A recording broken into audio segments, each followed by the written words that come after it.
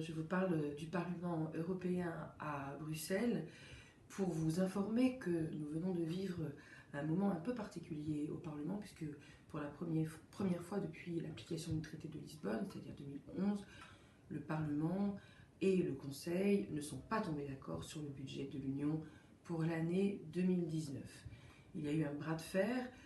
Le Conseil, présidé par le gouvernement autrichien, a voulu faire encore plus d'austérité que d'habitude, puisqu'il a refusé d'appliquer tout simplement le cadre financier pluriannuel et le règlement financier qui proposait, et c'était la demande du Parlement, que ce qui n'avait pas été consommé par exemple sur la recherche en 2017 ou en 2016 soit consommé pour 2019, parce que nous avons un énorme problème de crédit pour la recherche dans l'Union européenne. Le Conseil, comme je le disais, a été plus austéritaire que tous les austéritaires, a fait une espèce de diktat en disant no way, on n'appliquera pas, y compris le cadre financier et le règlement financier, et on n'aura pas ces crédits pour la recherche en 2019.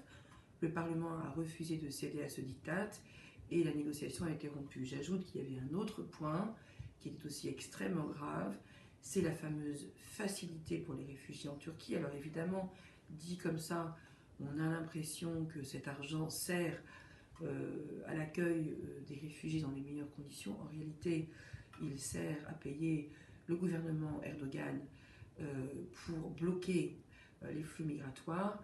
C'est tout simplement inadmissible. En plus, les gouvernements qui sont les demandeurs pour ces fonds voulaient que ce soit le budget de l'Union européenne qui paye ce fonds de facilité pour les réfugiés en Turquie, ce que le Parlement s'est refusé à faire.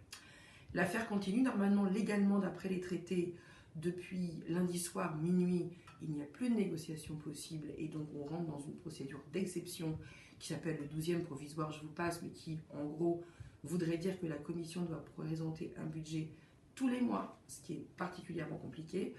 Je ne sais pas comment ça va se terminer, mais en tout cas, le bras de fer est lancé, la résistance parlementaire est en marche.